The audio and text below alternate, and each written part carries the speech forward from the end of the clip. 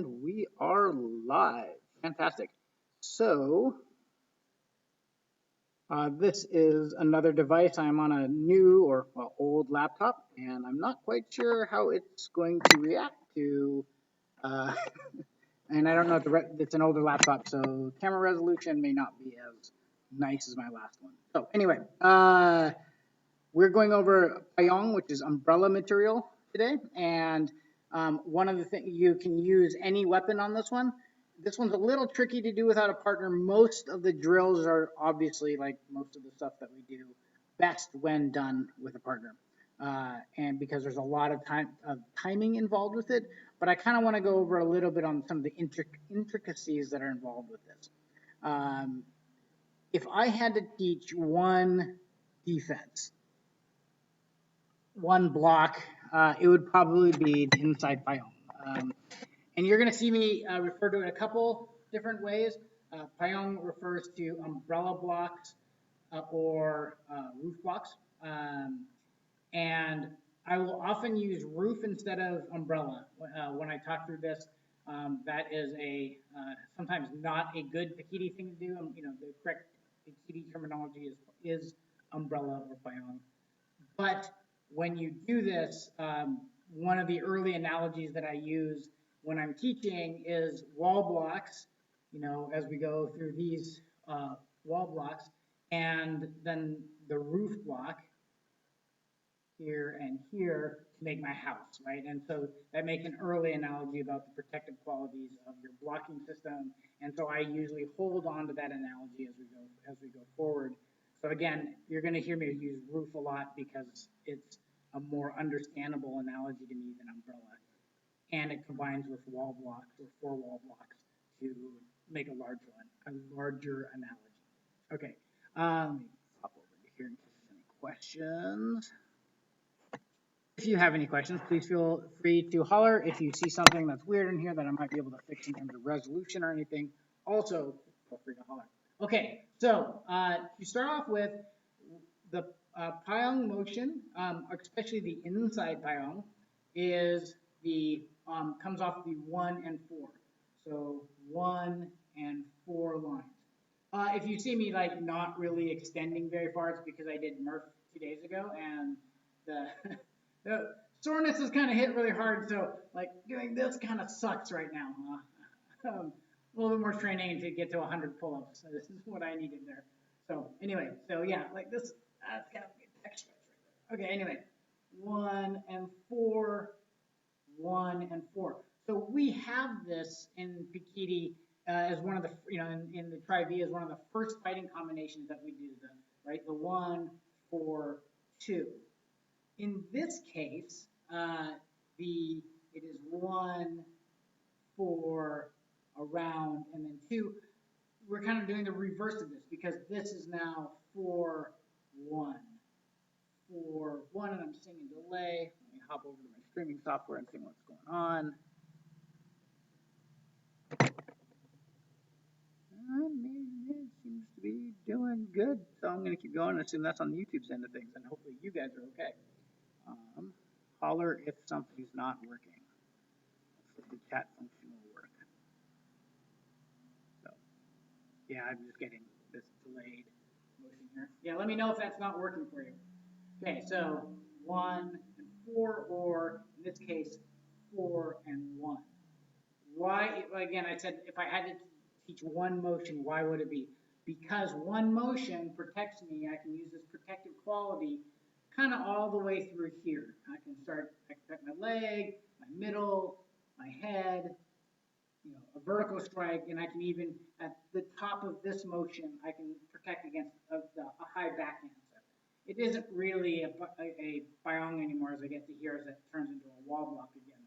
But just this one piece, and most people are right-handed, so most attacks come in from this arc. So again, if I had to teach one, I would hear, and I use this in every single fight I'm in. So again, this is one I teach early and I teach often. And so we want to hit some of the details on this as we go through this, okay? So we're going to go roof 1, roof 1. Again, this is 4, 1, 4, 1. If you just looked at this motion, right, it's comes up. My number 4, I come up. I'm not going to go to a full chamber here. I'm going to shorten that arc. 4 and 1 and 4 and 1. Every single system out there, the German Messer work, every single system that I've seen has some variation of this block. Certainly anything short. In the saber and broadsword, it's a hanging guard. I don't remember what they call it in Messer work, but it looks exactly the same as you come through this. So universally used through stick systems, blade systems for anything that kind of works in this length of weapon. Okay, moving through. So again, and I'm adapting this, right? I'm not perfectly making this rising 4. I'm going to bring that up so that it is above my head as I come through and then come across. Let me go over here.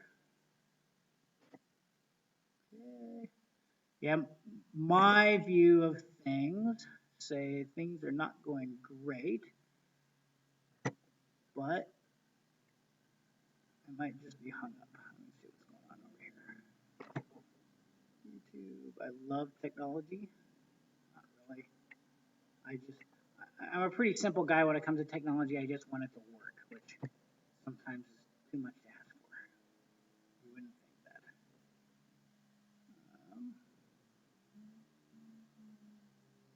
Come on, no.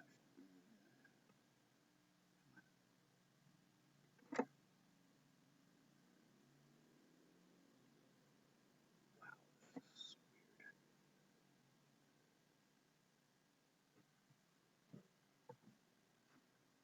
I don't know what's going on with this.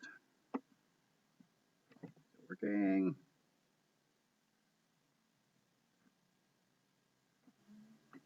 Yep, well, good. You guys can see me. That's fantastic. Holler in the chat, and hopefully that will come through, and my YouTube side of things will feed through, but it looks like it's working. Okay, anyway, just wanted to make sure that you guys are visible there. Okay, again, so rising with the 4, I want this angle to instead of being at the bridge of my nose, I want it to be above my head. Okay, I want to project.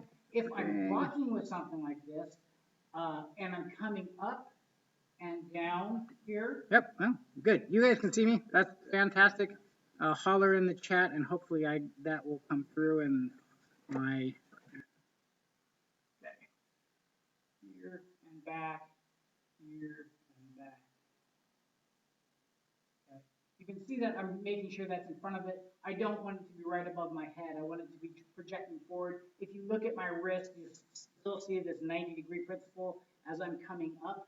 And I still have that, right? As I turn, this is my roof or my umbrella, which ideally sheds an opponent's ring, or it's perpendicular to attack, like a number 1 would be coming in on this thing, right? So I want to go forward here and back, here and back, here and back. I don't want to go too far, and when you're practicing, you can really make this motion big and then come back in. And what I find there is that if you make this motion too big, you create too much space before your return shot comes in.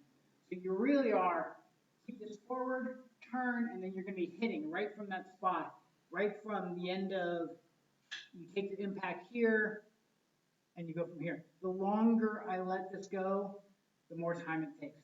One of the reasons people will call this an umbrella block is because they'll block and they'll travel around their head and hit someone. 2 things on that. If I had to, sure, great.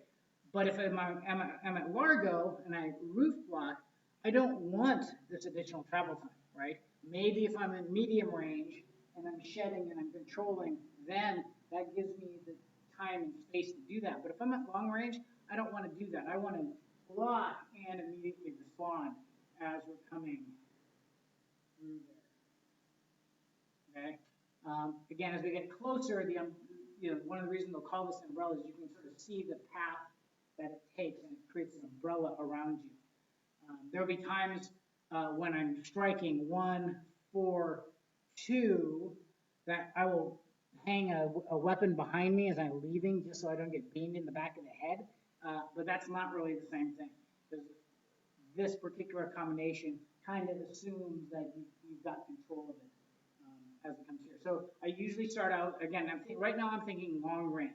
So bring it up and back, up and back as we come through here. Okay, so if we add footwork into it, and I'm going to scene so I can make sure that you can see my feet.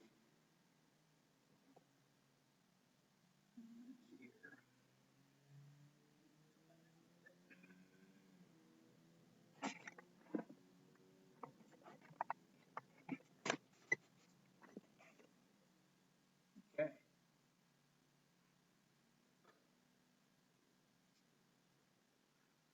Okay, so now when we're going to do this, if I review, if you do it consistently, so inside Pyong, okay, so inside Pyong here, the footwork is usually at long range is a lateral step to my right if the attack is coming in on this side.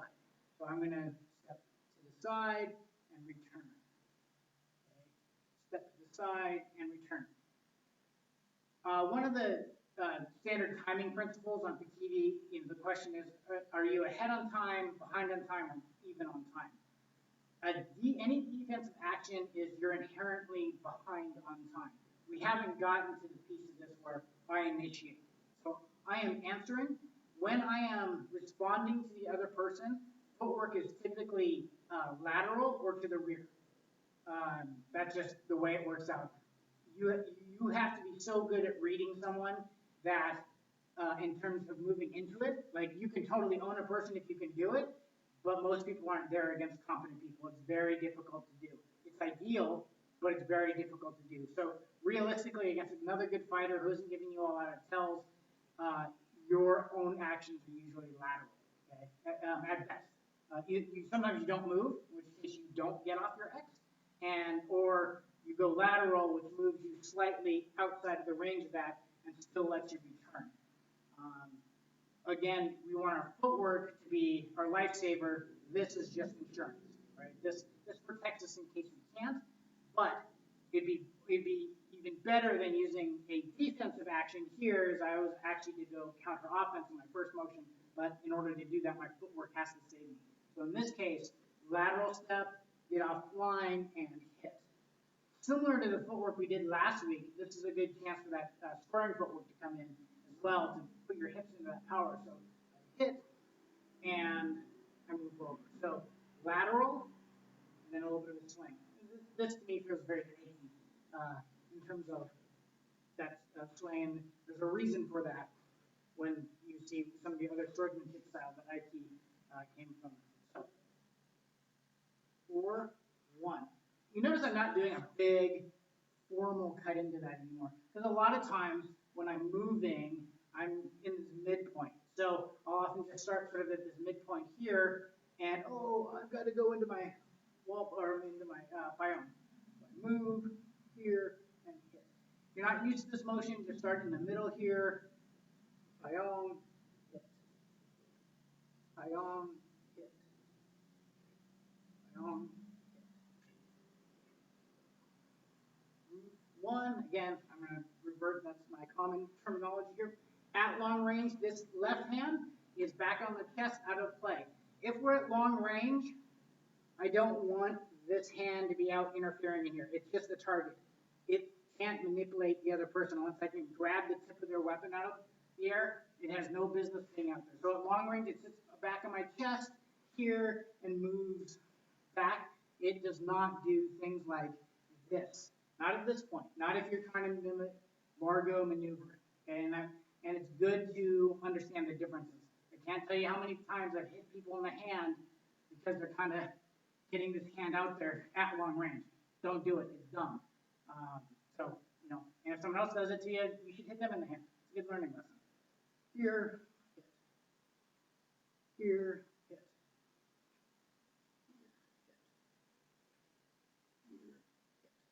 Again, you don't have to move. You don't have to do the full swing then. You just want to stick here. Another alternate on footwork here would be a side step. So I shift and I hit my side step.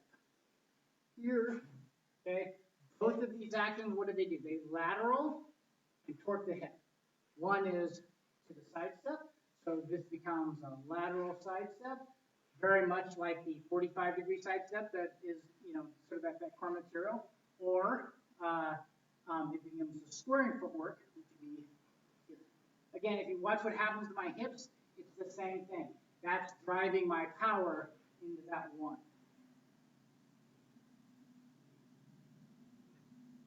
Okay, so you can play with any of those footworks, and you can just lateral. And here, even here, without my feet moving, you can see me leaning if I'm trying to put some intensity into that. I don't want to just here, no shoulders, no hips.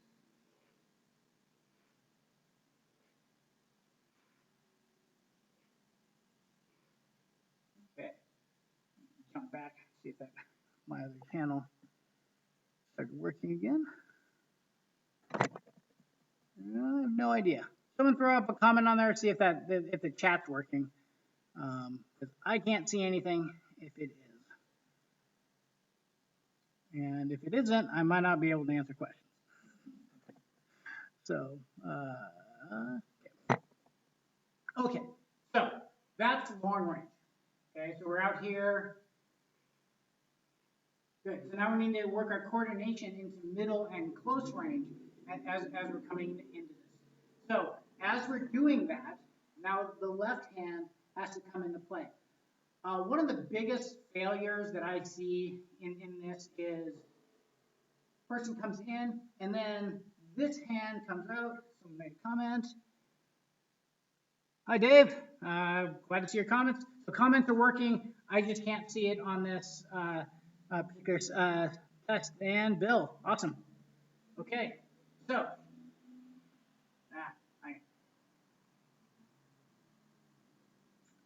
got to switch back to that other one's frozen. Okay, so from here, the biggest failure I see is as this is happening, this hand, remember that this attack is coming in on this angle, and if that's the case, this hand can't come underneath it. I'm gonna have to demonstrate this without a person, which is difficult.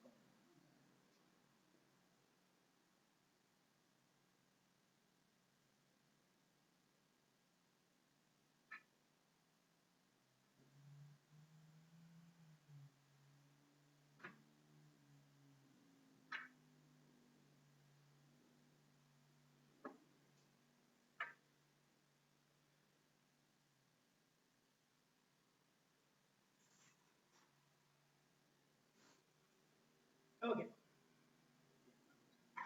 So this represents this attack coming in at this angle. If I block, and what happens when you block is, and this does depend, and almost never do you block something and magically this weapon stops. That stuff doesn't happen. That's good demo stuff. Okay, but if you look at what happens like that, right, and I'm getting here and I'm inserting my hand in here, if I screw my timing up on this, and it blows through this out, right? It hits my arm. So we don't want that to happen. I want my hand to come in behind the arc of that other weapon. Okay, so might be a better view.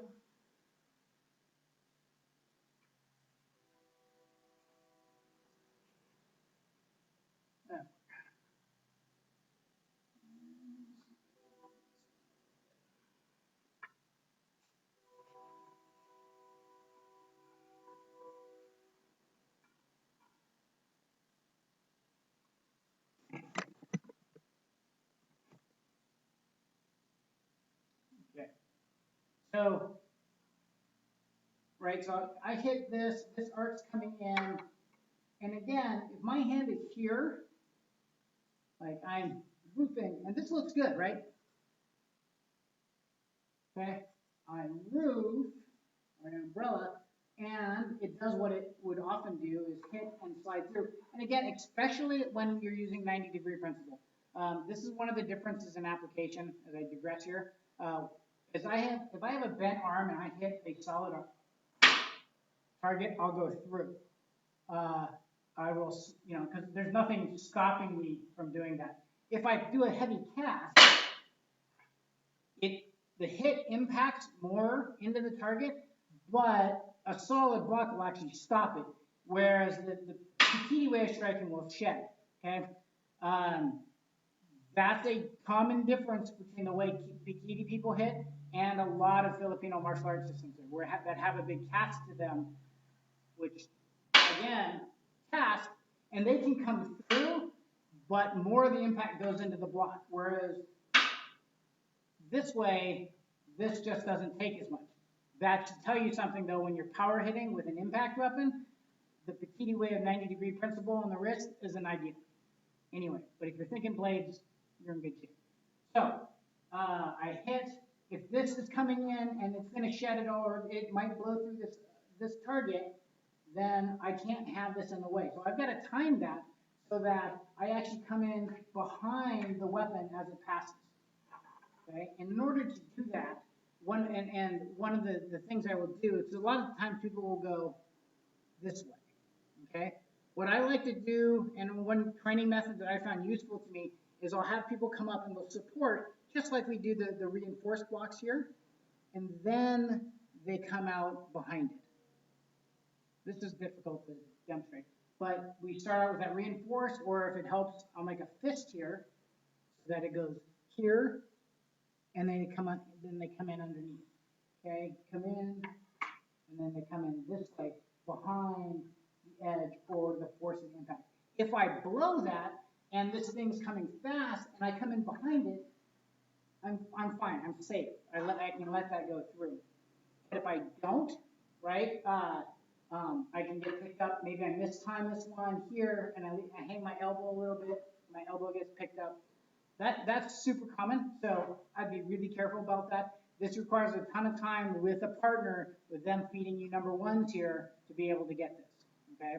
But if you can do it, you can legitimately do things like grab sticks out of people's hands, you know, in the air, which people will say is bullshit. It's not. You just have to do it right.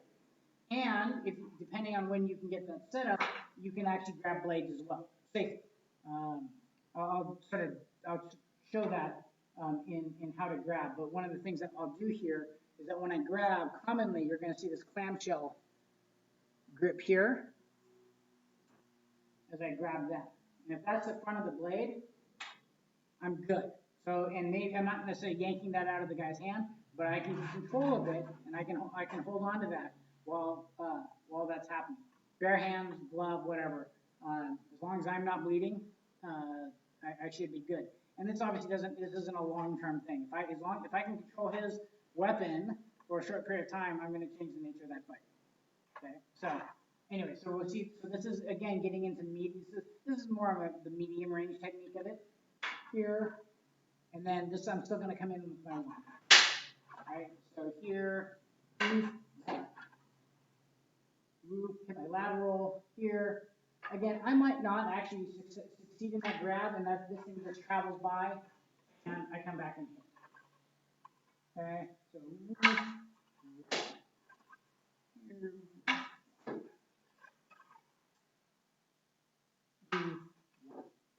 actually, I got some Blackbird there. I can use this for.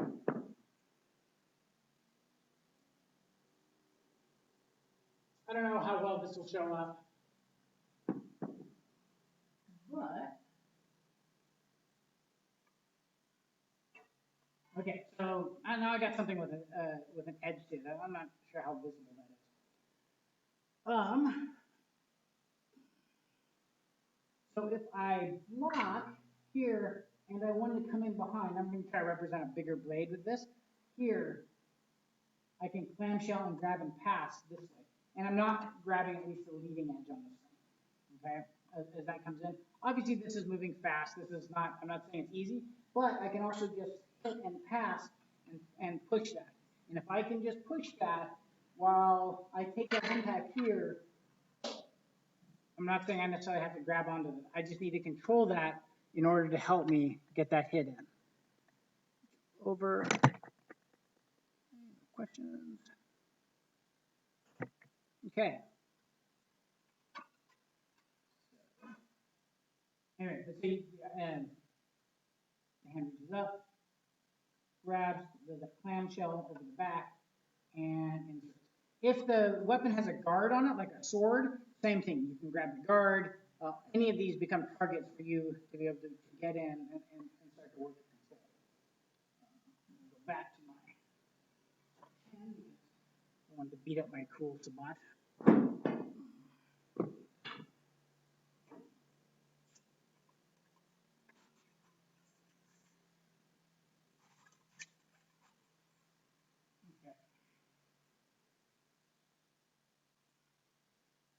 Okay, so this is more medium range, where I'm getting close to hitting the other person. He might have forced me into this, right? He's getting into range to hit me in the head, which means he's at medium range, right? That's the definition of medium, is he can sort of hit me in the head or the body with the end of his weapon. So again, I'm going to shift offline. This is coming in. I get my block, and by this time it's often a little bit lower, and return. So that's medium range. Then at close range, this is where wraps come into play. At medium range, I want to pass them here, okay? So I'm going to pass it in front. This could be a knife where and if I was using knife, before I get away from medium range, here this would be, I'd be cutting wrist, not the blade. I'm not trying to block the end of his blade with it. I'm cutting the wrist, but the same thing happens here. Here, I'm going to pass, and I want to pass in front as I return my shot. A lot of times here, if that's truly medium range, I can hit head, but a lot of times here, I'm just going and I'm truly taking my gunting as I come into here, and cut as I come into that here. And again, I'm trying to get deeper here. I'm coming behind the arc of that here. This can be lateral, same thing, where as I try to pass it. And again, as I pass that here, I come in behind that weapon. So same principle as we're going. I'm just not blocking the weapon and then controlling down by the wrist. One thing on that is the closer you can get to the wrist, the slower that part of the arm is moving, right? Trying to grab the tip of the weapon. Right? So if I'm out here, the tip of the stick is moving way faster than the wrist. So typically I'm looking to grab somewhere down here, not somewhere out here. That's just reaction time thing.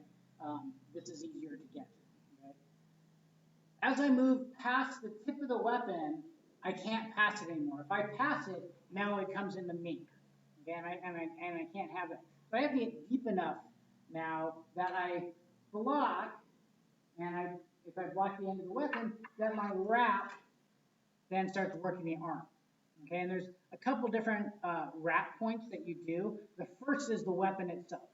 Okay, even if that's a sword, if I can wrap up, and a lot of times this wrap will dig in, and you're just pulling it into your torso. Again, no, you're not going to leave it there forever. And if he does a big yank, you're going to be hurting. But he probably didn't. If you got a decent block up of this part here, that part is just a control. Okay, and there's a period of time in here where he can't move his weapon and you can do something. Wrap, roof, wrap, thrust is a quintessential Pikiti move, okay? If I can get into here, bang, bang, bang, it's really difficult for the other guy to control my weapon, right? Getting down to my wrist, because one, I've got his weapon, and two, what I'm not doing is doing this, so he can gun the bow my arm or something, right? I'm thrusting at distance where he needs to try to get back to here. He's essentially one-handed depending on where this wrap is happening. And so he can either drop his weapon, which is okay with me, or, right, he's basically doing, if I'm him, wrapped up, trying to control my weapon against thrust. If this is a sword, that's a great position for me to be in. Okay, so roof, here, bang. Depending, for me, I use this a lot as a shorter fighter, and when I'm fighting taller people, obviously, especially in competitions that allow sword, and at least several of the ones that we've got here in the Pacific Northwest, if I can control your weapon or your weapon arm and then stab you or hit you afterwards, they call it controlled thrust. Basically, I've controlled your weapon and stabbed you. It's considered harder than like roof and hitting him. That I've actually moved in, particularly used manipulator control on the weapon and attack him, which is exactly what Pikiti is supposed to be all about. So I use that one all the time. Okay, typically it is a roof one crash here, and I can stab or I can stab.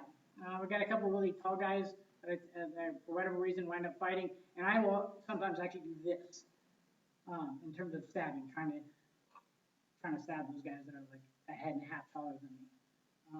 So anyway, but really effective technique, core Pikiti material, right? That's absolutely core. Here, insert wrap or roof insert wrap or wrap thrust as I come in this way. Another one, okay, especially if you get out on the end of the weapon, roof here is I'll take a big step back here, pull it back, and I want to slam their hand, okay? That's like Dog Brothers' #1 defense. If I can get a hold of your weapon and beat on your hand, that's a great way to disarm the other guy. And what naturally happens to the other fighter is if you pull on their weapon, what do, right? They go, oh, give me that back. And they actually pull away from you. Well, I've got control of the end of their weapon, and I've got a free weapon. So they start hitting you. And I was like, but they're monkey trapped because they can't lose their weapon. What they should do is close. As soon as the other guy gets a weapon, I need to close because either he starts thrusting me or starts hitting me. It doesn't really matter. Me at the end of my weapon, pulling hard, hoping I get my hand back, that's not a great deal. So again, part of the training is, oh, he got my weapon. I have to close, engage the close range, again, Pikiti, and recounter. I can't do that tugging on the end of my weapon, but that's such a natural response. It happens all the time. Bounce back. Okay, no questions. Okay, so that is long range. Okay, so long range, roof 1, medium range.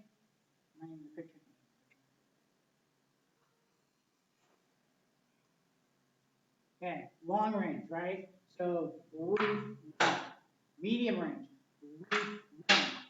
Okay, close range, roof either grab here or roof wrap. I can't really illustrate the 3 different controls that you can get on the guy's arm if I wrap over the weapon, over the wrist, over the elbow, or the shoulder. Okay, each of those wrap overs is a little bit different as you come into that, but they're good to know. So they also show up a little bit differently depending on especially if you have like a spotty daga. Same thing, right? Nothing changes. Here I can roof 1 here, but I can also go, if I go deeper, I go roof 1 here. This is where I come up, grab the person's head and try to stab them in their throat or something like that as we come into that close range. Again, controlling their weapon, moving to close. If they've got their own daga, you've got to be really careful about this because you're probably going to stab each other. But anyway, that would be one of the applications here as I come in and pull them onto the blade as I'm not in optimal position for this one. Okay, so long range, roof 1, medium range, roof 1, here, close range, roof. And if I'm at close range, right, and I can't hit, I'm either going to thrust or I'm going to the punyo at close range. All are options from there. So roof 1, roof 1, roof 1, 1, or 1 as I come in to the different targets. Nothing, again, no difference with weapon here. So roofing, I don't roof as much with the knife. And if I do, I usually do the outside roof, not this inside one too much. The knife doesn't have, unless it's a much bigger knife, and I'm going this way, it doesn't stop anything. So if I hit it perfect, I cut the wrist, but it gets really dangerous with this knife coming into play there, and it just isn't as protective with a small weapon like this. With a big bowie, you can do it, but if you're training a lot with this, the roof block in terms of using this isn't ideal by any means as you come into that. But again, right, so roof one, I move in here, roof, and then a lot of times this just becomes a protective shell. This is gonna pass and I'm gonna enter. And you'll notice, especially with the knife, as I pass that tip, I'm actually gonna suck my guts back. Right, and pass it. So roof, pass, and this is the one going as I pass it, right? Especially if that tip is close, where I'm like, oh, and suck it back and cut into it. So roof one, here, roof one. And again, we're just using this same pattern again and again. So some of the interesting things I've found on this one is actually playing with some of the other weapon systems, particularly the tomahawk. This one is great. This thing loves firearm. It has a defensive quality on it. I fought it now both forehand, like on my lead hand, and on my backhand. And both of them have made for some interesting possibilities. I go here, right, and I just published one that was like tomahawk versus saber, and you can see me crashing a lot of times with this one, whereas I'll block, and it absolutely starts being able to move this off to the side. And again, that's just Pyong. And then with the other hand, I had a dagger with it, but I was able to jam it here, right, and so I'm pushing that blade back, and I'm getting really good arc until I can get my entry. And that hook is invaluable in that. I was fairly happy with the percentages chance that I was able to close, and that's all because of the hook. I'm convinced I could not have done that comparatively without the stick. I've also fought the other way, which is as a defensive quality on this end, and it's very actually much the same. As I come in this way and move and hit. Or I'll do the inside Pyong on the left hand, right? So it'd be this. So against the number one or here, where the opposing weapon hits and slides and then locks in that way. And that was shockingly good. And a lot of times I would just lift it this way, the other weapon would come in, hit, and then lock, right? And so that was really good. It really slowed it down enough time for me to do something with that afterwards. So a lot of times that would be either hit here, this would lock in this way, it would allow me to hit or thrust or something like that. But the tomahawk is shockingly good defensive qualities that way in terms of its hooking capability, but coming off of Pyong there. One of the techniques we found off of that one is same thing, roof. Now I actually did an overwrap here, overwrap one arm, came up between, hooked the other person's arm that way, and then now I'm controlling that elbow, and it gave me a couple of free shots this way. But again, it's that same, now off of this hand, wrap, and allows me to use this weapon for control. But the tomahawk is really, really great with that Pyong. Super happy with the capabilities of the tomahawk that way. If you haven't fought with tomahawk and you're looking for something a little different, I'd totally try it. This is just a coaxial tomahawk trainer with the back spike cut off. So I'd try that one. There should be a couple versions of these fights on the channel if you're interested in looking. Again, without a partner here, it's kind of difficult to display all this, but what I'd recommend is that you go back and with a partner, they can be feeding staff to you, right? Just something this similar, and get used to, have them do just medium length. You can go away one tribe. Okay, I'd recommend just retreat and hit, right? Get used to this motion. Maybe put your reinforced block in. I didn't really talk about that.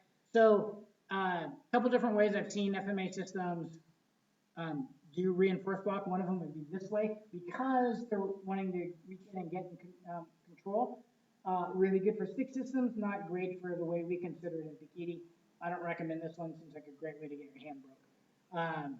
But just my opinion. Okay. Again, you'll see this. Okay, I grab and I'm reinforcing. If I take impact, it bucks into the forearm, or I can be against the arm, assuming not a double-bladed sword when I do this, and that gives me an assist in terms of bracing off of this angle to take hits. And then from here, I can insert from there, right? So brace and insert as I come in, wrap. Okay. I don't know where I was going. So, and again, this is all just, I could do a seminar on in Roof 1. Like, there's so many things that you can do off of this one in terms of controls and locks and everything else that we can do from here. And it's really hard to demonstrate without a guy with an elbow and a shoulder to play with. So, where I was.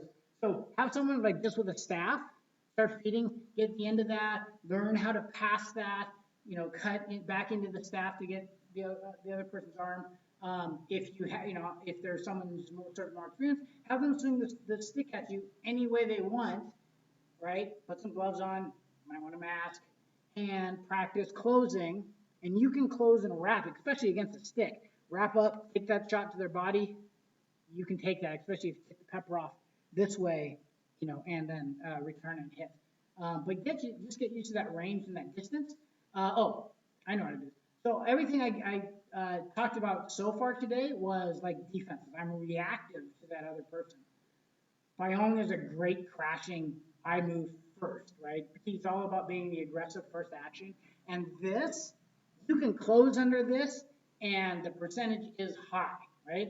If you're willing to close and you have the skills to close because you've got a good grappling background or you're just confident in close, you know, crashing a roof crash, which is just here, bang, as you come under against any sort of high load, puts you in a really good spot. Okay. One of the things off that offensive version would be again, that same wrap can happen, or you go roof crash and then you're going to post off the guy's face, get his chin going back, and follow up with your own next shot. If you didn't want to grapple. If you want to grapple, you know, it's kind of a whole different equation, but wrapping up their weapon arm as you close, and typically that would be roof, wrap, you might see this as you get a takedown, all great options. It's, again, great defense and really good offense for the people wanting to close. You've always got to be cautious on, like for me, especially as a smaller fighter, and I usually play the, you know, the long mobile quick type, a good crasher is you're gonna have to be on your toes the entire fight. You can't wait on that guy because if he sees you flat-footed at all, he's gonna pin you and take you. And your typical, I mean, to hit something, he's waiting for that. And he'll eat that up if you let him. So this roof crash is great. With that partner, if they're happy with it, you know, play defense, defense, defense, offense, and practice, you know, defense, defense, and then just practice getting in, moving in safely under that block, and getting to any kind of control and wrap. So I'm gonna bounce back over, see if people have any questions. Any questions? That was a crash course. I know it's tough without a partner to do that with, and it's very conceptual in terms of what we can do with that. But yeah. So, any questions?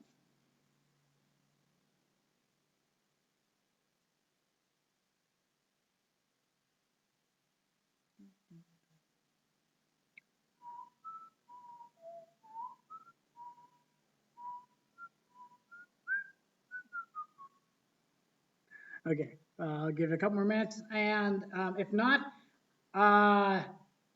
next week, I don't know what when we're going to reopen. I'm hoping, you know, a phase 2 for our area is sometime soon, but at some point soon we'll be ending these live streams and we'll be going to a you know, at my actual Wednesday classes, at which point these live streams will end. So I don't see any questions coming in, or maybe I've just be able to help next week. Awesome. Looking forward to it. So cool. Anyway, I will see you guys next time. And again, I don't think it's gonna be next week when we start. So Same bat time, same bat channel. See you guys next week.